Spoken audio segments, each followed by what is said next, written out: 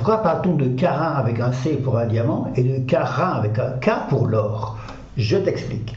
Le mot carat avec un C vient du grec ancien kération, qui signifie petite corne, diminutif de kéras, corne, en référence à la graine de caroubier, utilisée comme unité de poids.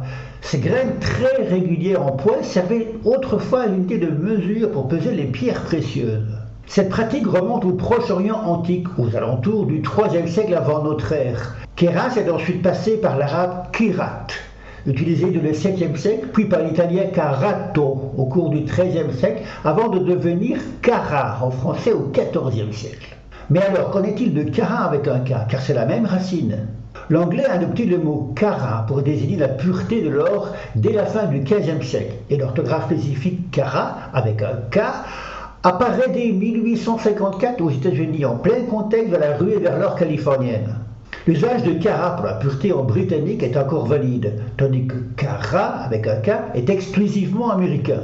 La pureté de l'or s'exprime en 24 parts. Ce système trouve son origine dans l'Antiquité tardive, sur l'empereur Constantin au IVe siècle, où une livre romaine d'or était divisée en 24 siliquae, une subdivision qui servira plus tard de modèle au carat pour mesurer la pureté de l'or. Carat avec un C et carat avec un K ont donc la même origine mais deux parcours, le premier devenant une unité de poids et l'autre un indice de pureté. Comme quoi une petite graine de caroubier peut peser lourd dans l'histoire.